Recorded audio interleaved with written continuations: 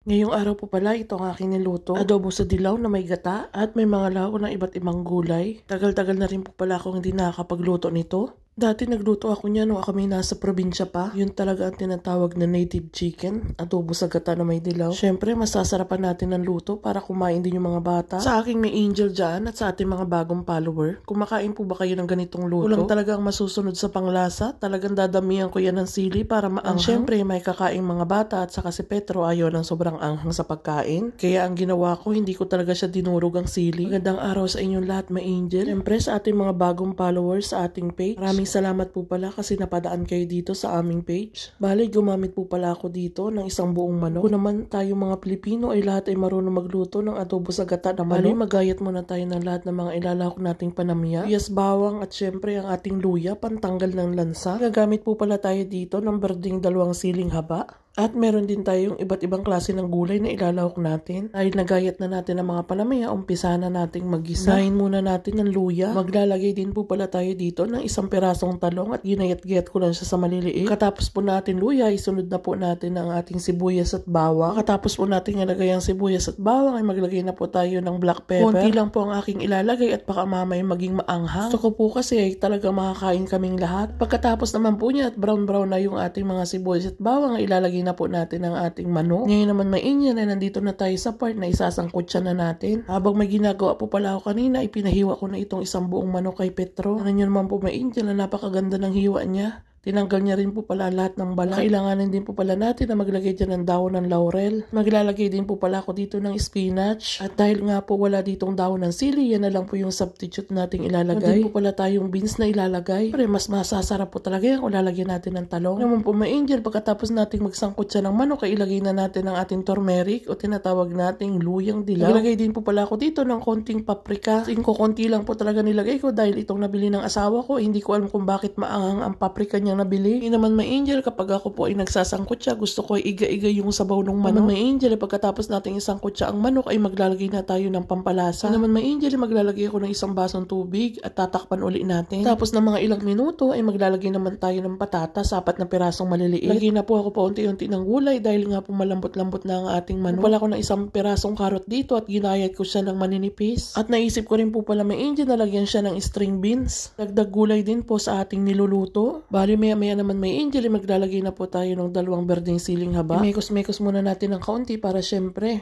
mabalance yung pagluto ng talaga may angel ang masusunod ay ilalagay ko na yung 2 sili natin kanina pa. Alam nga po, naiisip ko baka mamaya ay madurog at maging maangang ating adobo. Ngayon may angel, maglalagay na po tayo ng gata. Totoo lang may angel, hindi po talaga as in gata iyaan ng niyog. Gatit po ang tawag niyan dito sa Romania na pwede mong iluto sa mga gulay. Kalasang-kalasa din po iyan ang gata ng niyog. Ngayon naman po ang isusunod nating gulay ay ang ating talong dahil ito nga po ay madaling maluto. Ihalo-halo po ulit natin para ma-check po natin kung ibang gulay ba ay luto na. Kung ito ay luto na po ay tayo maglalawak na po ng ating dahon ng spinach. Kung nga po may angel dahil wala nga po akong dahon ng sili dito, ito yung gagawin nating substitute. Masarap din naman po yung spinach at healthy pa sa ating katawan. Bali kalahating spinach lang po yung nilagay ko dito at para may panggamitan pa po tayo sa sunod nating lulutuin. Mekos-mekos po ulit natin siya ng kaunti at saka po ulit natin takpan. Pero ilang minuto po niyan may angel ay pwede na po natin tikman kung po pwede na ba yung panglasa natin, kung mag-a-add pa ba tayo or hindi na. Tayo na nga po may angel, after ilang minuto tikman na natin kung po pwede na ba ito. Ito naman po may angel at talaga naman pong malapot na po ang ating sabaw. Ano po natin ito may angel kung ano ba ang lasa, kung pasado ba or hindi. Nga po, napakasarap po ng lasa. Pasok na pasok po. Napaka-creamy ng ating niluto ngayong araw. Parami na naman ang kain ng mga bata. Doko mamaya, pag natikman na yan ni Petro, ay sandok na naman ang laman ng kaldero mamaya. Pagbukas ko yan. Luto na, maglagay na po tayo sa ating plato para makahain na natin sa ating mga mahal sa buhay. May angel kalami, diba? Itsura pa lang talaga naman nakakatakam na. Pala mamaya, may angel ang maging ekspresyon ng mga bata kung bakit kulay dalaw yung pagkain. Kain po ba kayo nitong lahat? May angel? May angel, mga taga saan po pala kayo ngayon? Oras po pala ninyo ito na panood dyan sa inyong lugar. At dahil sunod-sunod na naman po yung ating pag-upload ng ating mga cooking video, napapansin na naman po tayo ni Meta ng algorithm. Paunti-unti po may angel, bumabalik na po ulit ang ating views. Maraming salamat po talaga sa inyo may angel. Tapos puso ko rin nagpapasalamat sa inyong suporta simula noon at hanggang ngayon. May angel ay magpiprepare na po ako nitong pagkain ng mga bata. At syempre dahil nagugutom na po ako, kakain na rin po ako nito pagkatapos. Takam na po talaga ako dito sa aking niluto. Angel, tatanong tatanungin ko po kayo, anong gusto niyo pong luto sa adobo sa gata na may dilaw? Maanghang po ba o hindi? Kung pala kayo magluto ng adobo sa gata may angel, comment naman po kayo dyan para mabasa ko rin po at may matutunan din po akong panibagong luto. Yung naman may angel, ako'y kakain na, sabi ng mga bata, maya-maya na raw sila at pinapalamig ko pa rin naman po yung kanilang pagkain. Nagdadalawang isip yung mga bata kung bakit kulay dilaw daw yung pagkain. Tama po talaga ako kanina may angel. Sabi ko sa dalawang bata, tikman nyo muna bago kayo umayaw. Kasi sabi ko po, pag natikman nyo yung lasa, ay talagang mapaparami na naman yung kain ninyo. Nang tawa yung kanilang ama dahil sabi po ni Jacob, ew! Dahil naamoy na nga po ni Jacob yung aking niluluto, ay palapit siya ng palapit sa akin. Natanong po ako ni Jacob kung masarap pa. Ayan nga po may angel, hindi na niya mapigilan. At tumikim na nga po si Jacob. At ayan na nga po may angel, di ba sabi ko sa inyo, sabi niya sa akin ay yummy sabi daw. Sabi niya sa papa niya, yummy daw. Siyempre dahil sabi nga po ni Jacob ay masarap daw, kumain na rin po siyempre si Daniel. Naman po ang kanin ni Jacob ay talagang ubos na. At nakadalawang hirit din po talaga ng kanin si Jacob. Naubos din po pala ni Daniel yung pagkain sa kanyang plato. Ano may angel, sana nag-enjoy po kayo sa bidyong ito. Maraming salamat po sa inyong suporta. Huwag po palang kalimutan i-like at i-share ang ating video.